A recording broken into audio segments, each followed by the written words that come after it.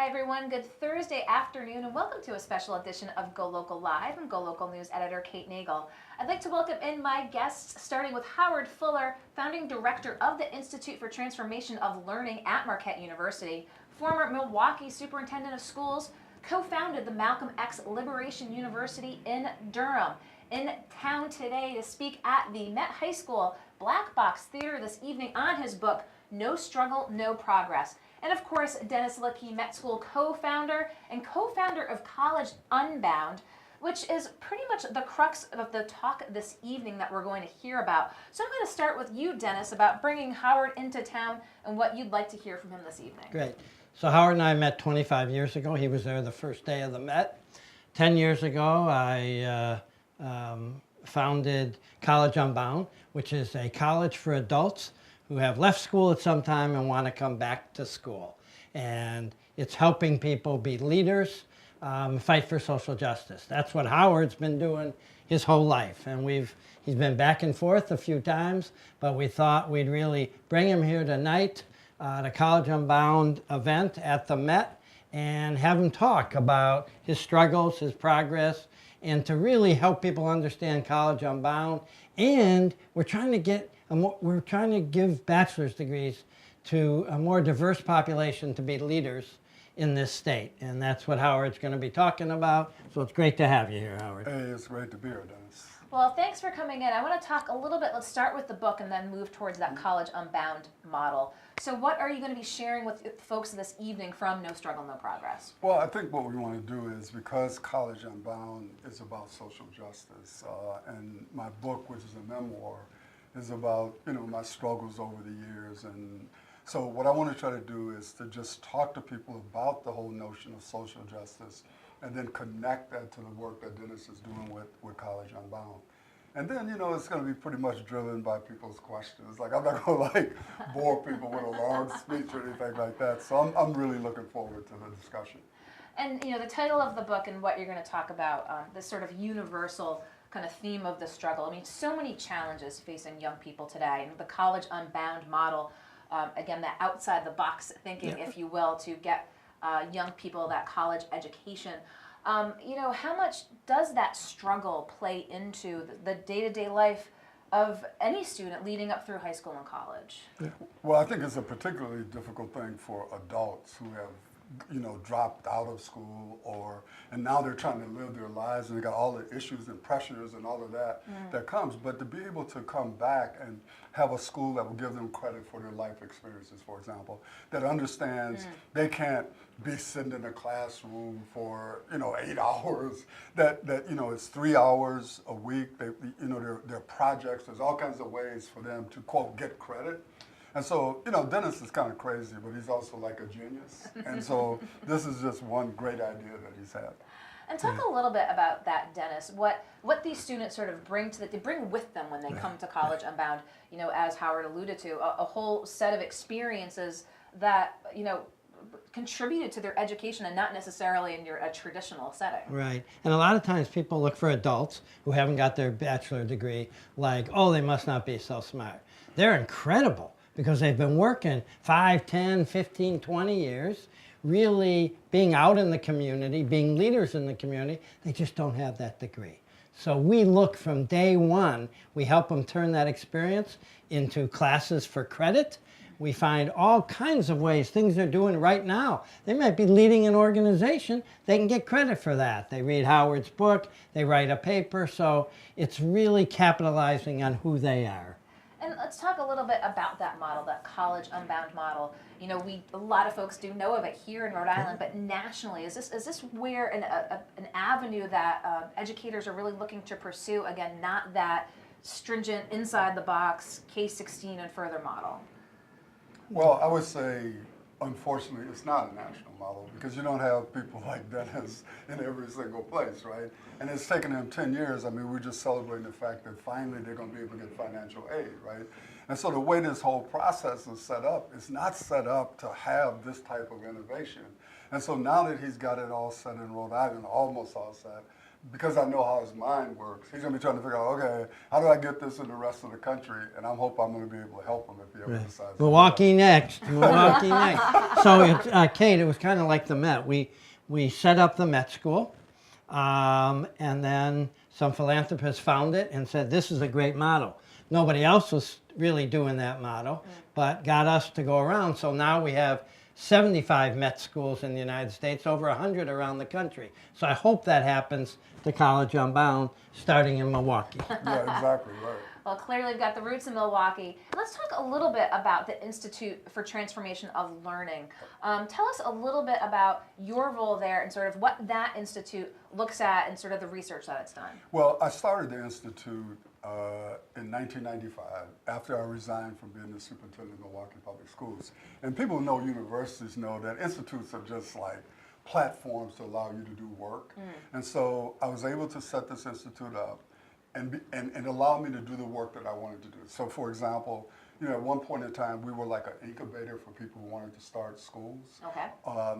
I use it to go around the country and do what I do now, to be able to come here, you know, do speeches. We've trained people to be school leaders in addition to just, you know, teaching and so forth. And I've always been into learning as opposed to schooling. And we've used the Institute to promote policies that support parent choice, for example. Particularly, I give low-income and working-class parents the ability to choose the best school for their children. So we do a variety of different things at the Institute. And how much does a role? We report here on a number of education issues. Let's maybe roll it back to K-12. Obviously, still continues to be a challenge to get students here, especially in Rhode Island, where they need to be. What are the myriad of opportunities, charter schools, public charters, mayoral academies, how do they fit into the picture of trying to best address the need of that child who, as the common theme here is, again, not fitting necessarily inside that box, but might need to look for other educational and learning approaches? Yeah, I mean, Dennis can speak to this too, but to me, there is no one best system. What we really need are a variety of different options. And the reality of it is that those of us who got money, we got choice. Because if schools don't work for our kids, we're either going to move, or we're going to put them in private schools, or we're going to get the best tutoring on the planet. The problem is trying to figure out how is it that low-income and working-class people can have some of those options. Yeah.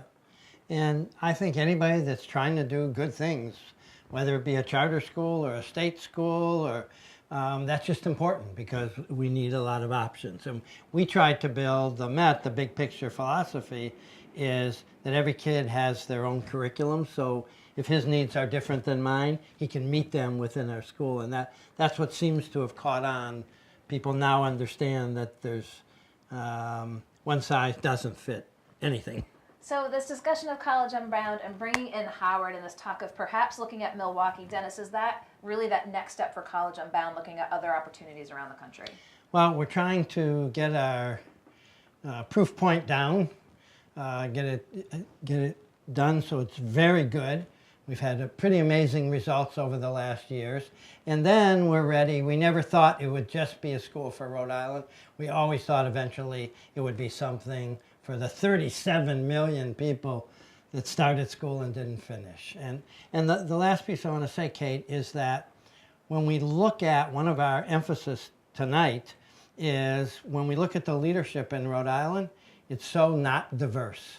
And so we're giving out scholarships if people want to recommend somebody who they think could be a leader, become governor, be head of their community center, but doesn't have their degree but has that potential. We're giving scholarships, and our one major is organization, leadership, and change to get a bachelor's degree. So go College Unbound. Go Howard, go Kate. How much of a role do previous students play when you were out there, both Met students, College Unbound students, and sort of what the experience that they went through when you're talking to new parents and folks who might be interested? So here's the great part. I'm very fortunate. We've had thousands of students graduate, so I run into them everywhere I go. And they come up to me and they come up to their principal, that's good. Two, they don't come up and say, oh, I had a good education there. 95% come up and say, thank you, it changed my life. And that's what we're about doing. We're about the education, but that's why Howard named his center that. We're about helping kids transform themselves to be successful, to be well and do good, as Howard's been saying. So. And how important, especially in light of events that we've seen nationally this week, and let's talk again about diverse array of educational options. What we saw unveiled, which I think folks knew all along, such the importance placed on the marquee institutions and parents basically taking, as we're looking at potentially criminal actions to get their students into the schools. Is this a turning point moment for people to have conversations about what does a higher education degree mean? Because we've seen it really debased basically in the last few days in terms of how some parents have approached it for their students. But you know, with such this emphasis, and especially depending on families and backgrounds, to have their children in, again, these schools, I mean, what should people be talking about in light of what we've seen this week in this national scandal? Well, I would say that, first of all, I'm reluctant to say anything is a turning point, right? We got all these turning points that somehow don't turn. And the reality of it is that, as you said, this is really not new. What's new is that it came out, right? The fact of the matter is... They got caught. Yeah, that we have a country where privilege is critical. Financial privilege, white skin privilege, whatever privileges you want to talk about. So it isn't like all of a sudden that's going to go away in America, right? So it'll be interesting to see how long the talk will go on. And then more interesting, is anything different?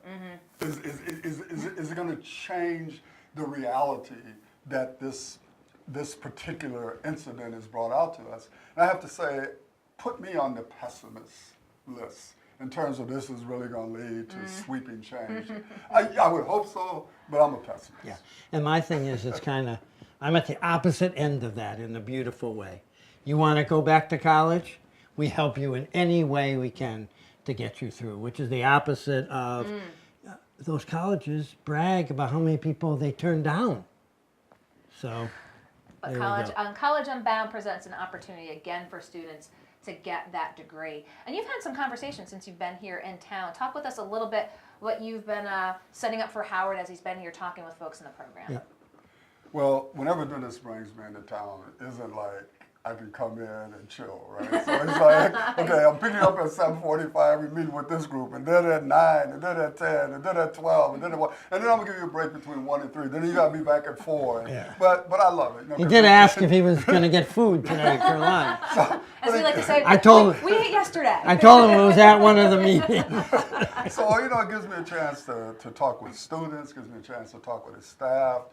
And then, you know, tonight I'll be able to talk to whomever comes, right? You know, so I'm looking forward to it. And a final question, Howard, while I have you here, again, wearing perhaps that school choice hat. You know, it's 2019. We see sort of state by states approach that sort of school choice, you know, whether it be from a voucher or tax credit program. You said you're always reluctant to talk about turning points, certainly.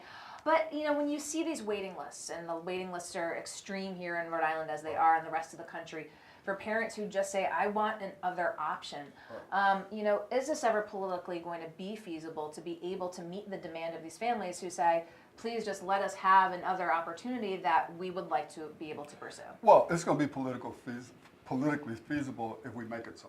So I happen to have been there in the beginning in 1989 when we passed the first voucher bill in Wisconsin, and then involved in the development of the charter movement. So I'm old enough, or old, whichever way you put it, to have been back there in the beginning. And when we started, nobody thought we would be at this point today. So this does give some credence to there can be turning points, that there can be things that happen that historically makes things different. And so my hope is that what we started back then is going to continue, but it's going to continue under different historical conditions. There are going to be different models than what we thought of back in the beginning.